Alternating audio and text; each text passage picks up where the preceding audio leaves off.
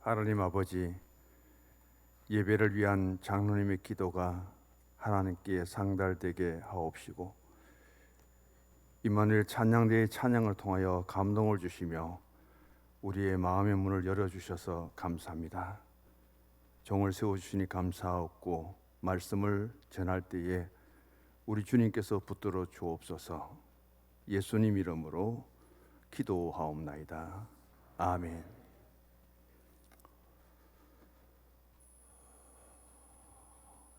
대강절 둘째 주일입니다. 지난주보다는 포인세티아가 더 붉게 물들었고요. 하나님의 영원성을 강조하면서 그 가운데 하나님의 사랑은 영원하다는 뜻으로 바로 푸른 나무로 하여금 화관을 만듭니다. 그리고 예수님 빛으로 오셨는데 그 빛을 상징하는 예수를 생각하면서 촛불을 켜게 됩니다. 지난 주일은 바로 기다림과 소망의 빛을 의미한다면은 오늘은 회개와 그리고 어둠의 권세를 물리치는 그 빛을 상징하는 두 번째 촛불을 켰습니다. 우리는 이 기다림 속에 가장 큰 기다림은 바로 주님이 다시 오실 날을 기다리는 그 신앙의 소망입니다. 오늘 말씀의 제목도 복된 기다림의 신앙과 삶이라고 그렇게 정합니다. 오늘 본문 30장 18절을 한 번 더 보시기 바랍니다. 그 위에 표제가 보면은 하나님을 기다리는 자는 복이 있도다 그렇게 말씀하시고, 첫째 줄에 보면은 여호와께서 기다리시나니, 우리가 다시 오실 주님을 기다리시는 것이 아니라 창조주 하나님이 기다리시는데, 하나님은 도대체 무엇을 기다리시느냐? 이사야 선지자가 기다리시는 하나님에 대해서 말씀을 전하였고요. 마지막 절에 보면은 그를 기다리는 자마다 복이 있도다. 그를 기다리는 사람은 바로 저와 우리 성도님들입니다. 누구를 기다리느냐? 다시 오실 주님을 기다리죠. 그렇게 기다리고 소망했던 예수님을 통해서 구주를 영접한 우리가 예수의 이름으로 구원을 받고 하나님의 자녀가 되었습니다. 하나님의 약속 속에 이제 다시 오실 재림의 날만 우리에게 남아있고, 우리는 그 날을 기다리는데 가장 큰 기다림의 소망이 무엇이냐? 그것은 바로 다시 오실 주님을 기다리는 그 기다림입니다. 그래서 기다릴 대자를 쓰고 이말 강자를 써서 대강절이라고 합니다. 기다릴 대자를 써서 또 하나 이말 임자를 쓸 때 대림절이 됩니다. 우리는 강림절을 어드벤트라고 하는데 영어로 하면 coming입니다. 바로 오심입니다. 다시 오실 주님은 약속대로 반드시 오십니다. 그 오실 주님을 오늘 또 기다림의 소망 가운데 우리가 이 절기를 지키고 있습니다. 18절에 오늘 본문의 말씀 속에 여호와께서 기다리시나니, 하나님은 오늘 또 일상적인 신앙생활 속에 너무 미적한 사람들, 다리가 있습니다. 그 다리를 통해서 왼쪽과 오른쪽을 연결시키는 하나의 사명을 하죠. 그런데 그 다리 위에 집을 지을 수는 없습니다. 나는 이 다리 위에 저쪽도 이쪽도 나는 속하지 않고 다리 위에서 나는 살겠다, 그런 사람은 없을 거예요. 다리는 하나 연결 자리입니다. 계속 이스라엘 백성들이 광야에만 머물 수는 없는 거예요. 하나님이 원하시는 곳은 가나안 땅입니다. 광야를 벗어나려면 반드시 요단강을 건너가야 가나안 땅에 들어가는 거예요. 다리 위에 서서 아직도 광야 해결하지 못하고 아직도 가나안 땅에 들어갈 준비도 못하고 거기에서 신앙이 흔들리고 왔다 갔다 하는 사람, 세상과 천국의 그 가운데는 예수님이 계십니다. 예수 이름으로 세상을 우리는 건너서 하나님 나라에 들어가야 되는데 아직도 그 다리 중간에서 신앙을 정립하지 못하고 확신을 갖지 못하고 방황하고 아직도 믿음이 약한 그런 분들이 있다면 하나님은 기다리시는 거예요. 좀 빨리 결정해라. 언제까지 다리 위에 머물 것이냐? 언제까지 이쪽 저쪽을 그렇게 견주면서 선택만 할 것인가? 빨리 가나안 땅을 선택하라는 거예요. 건너오라는 거예요. 그래서 은혜도 받고 믿음도 확신을 가지고 섬김도 봉사도 잘하고 충성도 하고 확실한 하나님의 영역 안에서 우리에게 주어진 신앙의 삶을 이루어 가야 되는데 그러지 못한 사람이 너무 많아요. 그래서 하나님은 하나님의 자녀가 되어서 믿음 생활하는데 아직도 자기 신앙의 정체성도 찾지 못하고 이리 갔다 저리 갔다 하는 그런 분들은 빨리 좀 믿음의 확신을 갖고 담대하게 주님께로 돌아오도록, 은혜 받고 능력 받고 믿음에 충성된 신앙을 통해서 하나님께 돌아오도록 하나님은 그렇게 기다리십니다. 옆에 분에게 인사합시다. 확실한 믿음으로 빨리 하나님께로 달려갑시다. 또 하나님을 떠난 사람들이 있어요. 왜 신앙의 영역 속에서 믿음 생활하다가 하나님을 떠나버렸느냐? 집을 떠난 아들이 자식이 돌아오기를 하나님은 마음의 문을 활짝 열고 돌아와 기다리시는 그 하나님 앞에 회개의 절기, 오늘 둘째 주일에 그들이 돌아올 수 있기를 원합니다. 성서중앙교회에 소속된 적을 두고 아직도 주의를 지키지 못하고 예배 출석을 코로나19가 하나의 핑계는 되지만은 멈추고 있는 저들을 하나님께로 돌아오도록 오늘도 하나님은 우리들을 기다리고 계시는 줄 믿습니다. 하나님 대신 우상 숭배를 하고 세상이 좋아서 세상을 따라가는 그런 분들은 빨리 회개하고 하나님께 돌아오도록 오늘도 하나님은 기다리시는 하나님이에요. 이사야는 우리 하나님은 어떤 하나님이냐? 사랑의 하나님, 능력의 하나님, 축복의 하나님이지만 하나님은 기다리시는 하나님이시다. 이스라엘아 하나님께로 돌아오고 유다야 하나님께로 돌아오라 그렇게 외쳐도 결국은 그들은 하나님께로 회개하고 돌아오지 않았기에 아수르의 멸망을 당합니다. 바벨론의 포로 70년의 고된 삶을 저들은 연단 받을 수밖에 없습니다. 그런 기다리시는 하나님 앞에 우리는 좀 더 성숙한 신앙으로 하나님 내가 왔습니다. 이제 내가 주를 위한 아름다운 신앙의 모습으로 주님 앞에 왔습니다. 원래를 잘 마무리하고 아마 공통 기도가 그때 드려질 텐데 새해를 맞이할 때는 하나님 내가 여기 있사오니 나를 써 주시옵소서. 주님 내가 여기 있사오니 나를 사용하여 주옵소서. 그런 고백을 하나님께 가장 먼저 드릴 수 있는 새해가 되도록 우리 신앙을 성찰해 볼 수 있기를 원합니다. 하나님만 기다리시는 것이 아니라 우리도 기다리는 거예요. 코로나19로 하여금 그 2년째 가까이 교회를 떠나고 신앙을 떠난 그분들이 돌아오기를 기다립니다. 한 생명 한 영혼이 주를 버리고 세상 속에 나아갈 때 안타까운 심정으로 그들이 돌아오기를 기다리는 거예요. 이런 양을 찾으신 예수님, 이런 아들을 기다리시는 아버지의 심정으로 오늘 우리가 그런 기다림 속에 살아가는데 그 중에서 가장 큰 대망의 기다림은 주님 다시 오실 때 마라나타 주 예수여 오시옵소서. 우리가 그때 우리의 신앙의 가장 영광스러운 모습으로 주님 앞에 서게 될 것을 믿습니다. 오늘 본문 18절 다시 한번 읽어봅니다. 그러나 여호와께서 기다리시나니 이는 너희에게 은혜를 베풀려 하심이요 일어나시리니 이는 너희를 긍휼히 여기려 하심이라.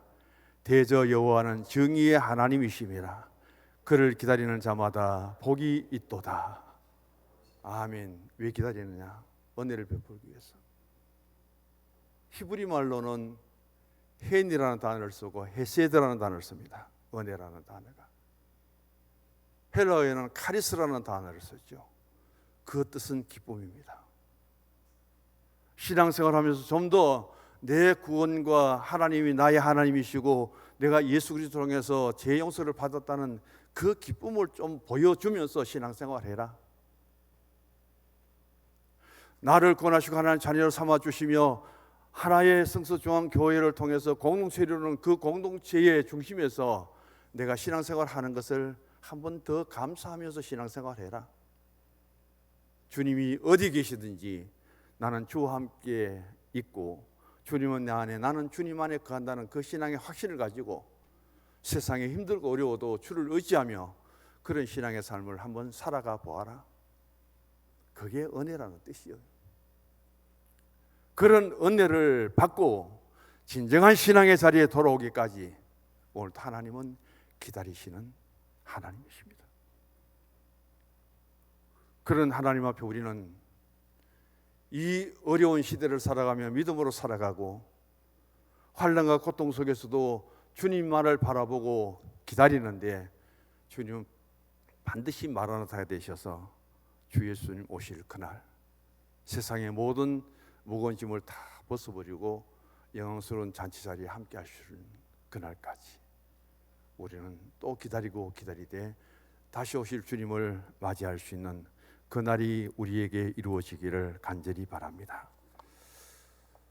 하나님이 우리의 모든 일상들을 몰라서 기다리시는 것이 아니라는 거예요. 하나님은 모든 것을 초월할 수 있는 능력이 없어서 기다리는 것도 아닙니다. 하나님은 왜 오늘 또 내일 또 기다리느냐 하면은 이미 하나님의 자녀된 우리들이 더 하나님 의지하고 하나님 은혜에 감사하고 하나님 은혜에 기뻐하고 그런 신앙의 모습을 보여주기를 하나님은 오늘 또 기다리고 있습니다. 나를 향한 하나님의 사랑과 하나님의 긍휼, 그런 하나님이 오늘 또 우리 한 사람 한 사람에게 기대를 가지고 기다려 주신다는 것이 얼마나 감사한지 모릅니다. 그럼 언제까지 기다려야 될 것인가? 여기에 문제가 있는 거예요. 하나님은 언제까지 기다려 주실까? 그럼 우리는 언제까지 기다려야 되는가? 그 기다림의 하나님이 결국은 손을 들어서 이스라엘을 아수르에게 멸망시켜 버립니다. 그 기다리시고 참던 하나님이 바벨론을 통해서 유다를 70년 포로 생활로 연단을 시켜버립니다. 그때는 언제인가? 우리의 시간이 아니에요. 우리가 정할 수 있는 것이 아닙니다. 그것은 하나님의 때, 하나님의 영역 안에 속했기 때문에 우리는 오늘 또 내일 또 늘 끼어서 언제 주님이 오시든지 그 주님을 영접할 수 있는 껴있는 신앙으로 살아갈 수 있기를 원합니다. 기다려주시는 하나님 앞에 우리는 다시 오실 주님을 기다리는데 어떤 신앙생활을 하면서 기다려야 될까요? 이게 우리에게 주어진 신앙의 본분입니다.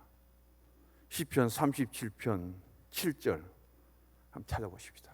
시편 37편 7절.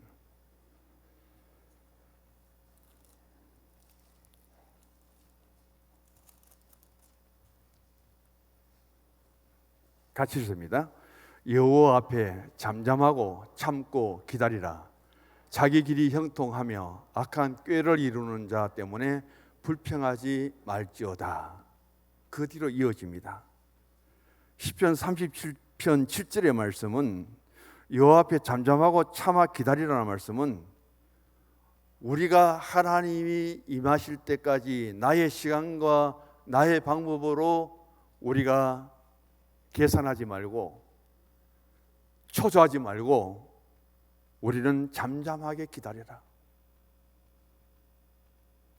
여리고성을 점령할 때까지 하루에 한 바퀴씩, 마지막 날은 그렇게 돌고 그런 시간 속에서도 한 사람도 입을 열지 않았다.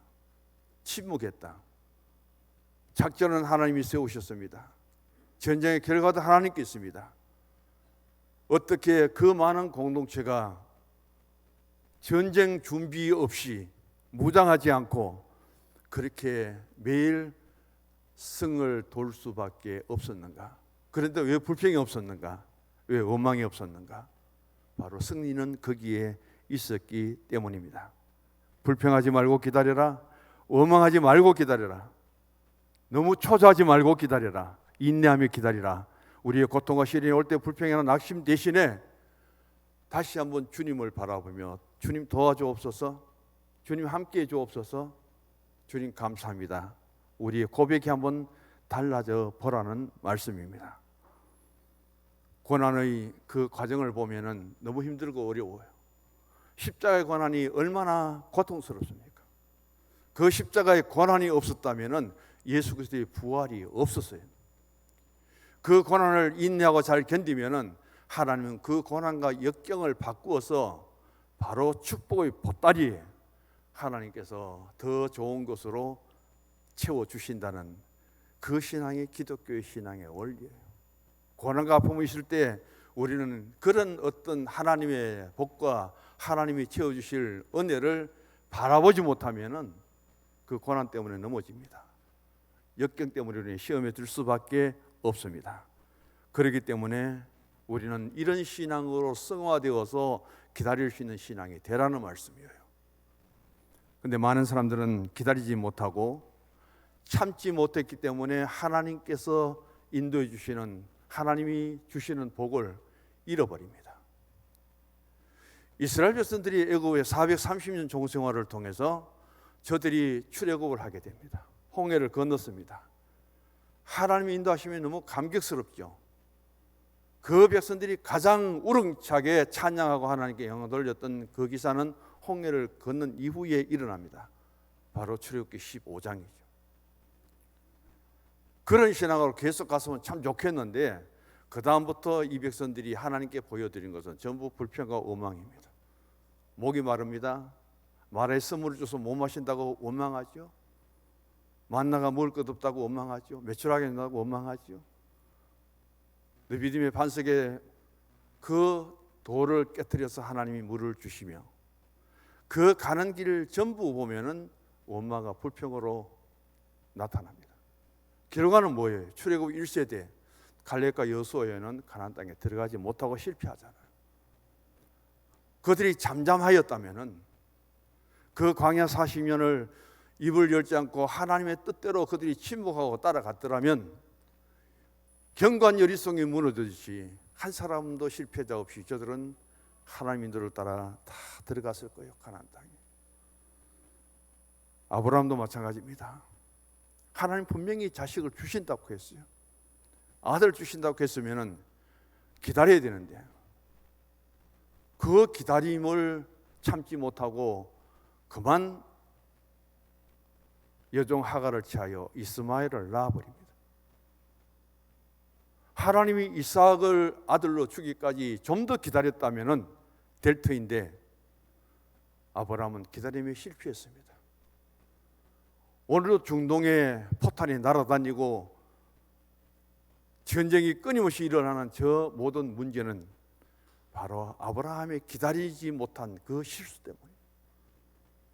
아랍과 유대민족의 오늘의 저 상황은 바로 기다리지 못하고 낳았던 아들 이스마엘과 하나님 주신 약속의 아들 이삭과의 그 문제 때문에 역사 속에 오늘도 그들은 일치를 못 이룹니다. 인명살상이 일어나고 전쟁이 그치지 않고 저 문제가 누구에게 있느냐? 바로 기다리지 못한 아브라함에 있는 거예요. 우리는 다윗을 보게 됩니다. 헤브론에서 이스라엘의 왕이 되었는데도 이스라엘 왕이 거할 곳은 예루살렘이에요. 그런데 헤브론에서 7년 동안 그는 왕의 직분을 받고도 거기서 기다립니다. 자기 때가 돌아오기까지. 예루살렘 입성해서 이스라엘을 통치할 때까지 그는 그 헤브론에서 7년의 왕의 자리를 지키면서 서두르지 않았습니다. 기다려주는 거예요. 그리고 예루살렘에 돌아와서 33년 동안 얼마나 위대한 왕으로서 통치를 이루어가고 있습니까? 요셉은 17살에 형들로부터 미움을 받아서 이스마엘 대상에게 팔립니다. 그 노예 생활을 하는 거예요. 감옥에 들어가는 거예요. 13년 동안 요셉이 30살에 애굽의 총리가 되기까지 그가 겪은 고난의 연속, 억울함을 감당할 수 없는 그런 속에서도 코람되어 하나님만을 바라보며 또 참고 기다리고 기다렸던 요셉에게 하나님은 세상이 알 수 없는 그 길을 열어주신 것을 우리는 보게 됩니다. 성경에서 예수님을 가장 육신의 삶 속에 오래 기다린 사람은 바로 누가복음 2장에 나오는 안나에 과부된 지 84년을 주님을 기다리고 성전을 떠나지 않고 금식하고 그런 가운데 예수님 오심을 성전에서 만났던 사람입니다. 시몬도 마찬가지죠. 바로 이런 기다림의 삶 속에서 그 신앙에서 주님을 만나고 주님을 통해서 그들이 원하던 이상으로 하나님이 지어주신 그 사건들을 바라보면서 힘들고 어려워도 또 한번 기다립시다. 또 한번 참읍시다. 참을 수 없는 그런 때로는 울분과 감정이 쌓여도 또 한번 억누르고 참고 기다려 보십시다. 하나님 앞에서. 두 번째 성탄절의 의미는 기다림이었습니다. 참고 기다리는 사람들이 예수님을 만났고 다시 오실 예수님을 또 만나게 됩니다. 우리는 예수님이 떠나시면서 지난주에 말씀하셨던 오순절 성령입니다. 약속의 성령을 기다리라고 했습니다. 500명의 사람들 중에 380명은 아예 그 약속을 신임도 안 하고 떠나버렸습니다. 120년 문도가 마가요한의 다락방에 올라갔습니다. 기도를 하는데 하루 해도 안 되고 이틀 해도 안 되고 사흘을 해도 안 되고 기도에 너무 지칠 정도로 그들이 그만큼 평소에 기도 훈련이 되어 있었느냐? 아니에요. 베드로까지도 예수님의 부활을 처음 하고도 나는 고기 잡으러 간다고 디비랴 바닷가에 고기가 잡는다고 들썩거립니다. 6명의 제자가 따라갔습니다. 신앙도 버렸어요. 제자의 길도 버렸습니다.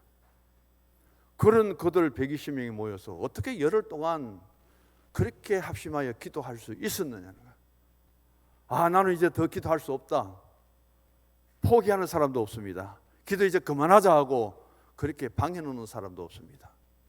어떻게 120명의 성도들이, 제자들이, 여자들이, 이름 놓은 평신도들이 그렇게 기다릴 수 있었을까요?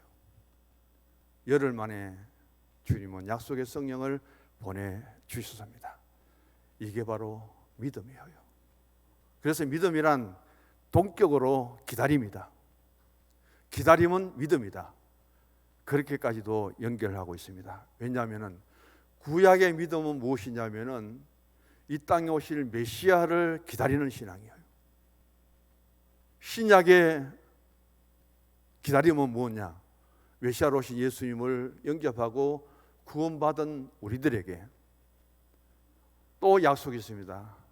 성천하신 예수님은 다시금 재림의 주로 오신다는 사건. 이게 기다림 중에 가장 큰 기다림이고 이게 우리가 바라는 가장 큰 대망의 신앙이라는 것이죠. 그래서 이스라엘 백성들은 어떤 신앙을 가졌는가? 이스라엘 백성들을 70년 바벨론 포로로 보내서 그들이 가장 고생과 어려움을 겪도록 했지만은 그들이 그 포로 생활 속에서 신앙을 버리지 않아요. 오죽하면 하나님이 이스라엘을 쳐서 2000년 동안 나라도 없습니다. 유랑 생활을 하며 하물며 히틀러에게는 600만 명이 학살을 당하고 유대교라는 때문에 유대인이라는 것 때문에 그런 엄청난 학살 고통 속에서도 저들은 회당이 없고 교회당이 없어도 가정제단을 쌓고 가정예배를 드린 민족입니다. 2000년 동안 나라를 잃어버리고 그런 가운데 그들의 신앙을 가정에서 가족들이 갖고 있던 저들이 오늘의 이스라엘을 세우는 거예요. 세계 속에 얼마나 강력한 힘을 갖고 오늘도 신앙의 하나님, 다시 오실 우리 주님을 기다리는 저들에게 주님은 아직도 메시아로 인정하지 않지만은 저들이 기다리는 메시아와 우리가 다시 오실 재림의 주님이 어떤 면에서는 같을지도 모릅니다. 오늘 우리는 바로 이스라엘이 어떻게 오늘 이스라엘이 되었느냐, 어떤 고난 속에서도 포기하지 않습니다. 하나님의 백성된 것을 포기 안 해요. 600만 명이 죽어가면서도 우리는 하나님의 백성이라는 것을 저들이 포기하지 않습니다. 그만큼 선민사상에 강한 민족이에요. 하나님은 그 기다리는 백성들에게 오늘의 이스라엘의 팔레스틴 땅을 주었죠. 살던 팔레스타인 사람들을 내쫓아버리고 그곳에 이스라엘 정착을 하도록 그렇게 유엔이 만들었어요. 물론 미국과 영국이 주도했지만 2000년 동안 나라 없이 기다렸던 저 유대인에게 오늘의 나라, 오늘의 세상 속에서 편만해가는 그 모습을 보게 됩니다. 영국의 처칠이 2차 대전 후에 자신이 졸업했던 고등학교에 초청을 받았습니다. 2차 대전의 승리지요. 그 다음에 영국의 위대한 총리죠. 이런 훌륭한 사람이 우리 학교 출신이고 또 연설을 하러 온다는 것을 통해서 교장부터 전부 다 준비를 하고 있습니다. 어떤 말씀을 할까? 그들은 펜을 준비하고 노트를 들고 강당에 다 모였습니다. 잔뜩 기대하고 말도 얼마 잘합니까? 연설을 가거든요. 그 기다리는 학생들 앞에서, 교사들 앞에서 한마디를 남깁니다. 포기하지 마십시오. 여러분의 꿈을 반드시 포기하지 마십시오. 하나님을, 신앙을 붙들었다면 절대 포기하지 마십시오. 결단코 네버를 세 번이나 강조하면서 그게 연설 끝이에요.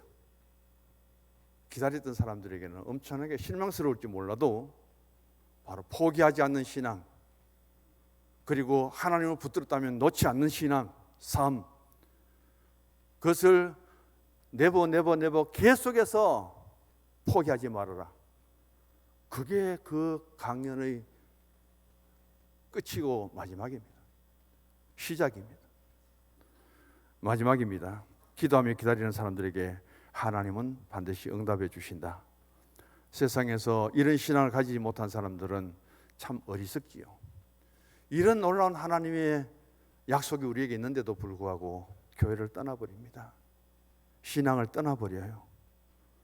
얼마나 하나님 편에서 보면은 실망스러울까요? 우리가 많이 기도를 드립니다. 그 기도를 드리다가 쉽게 포기해버려요.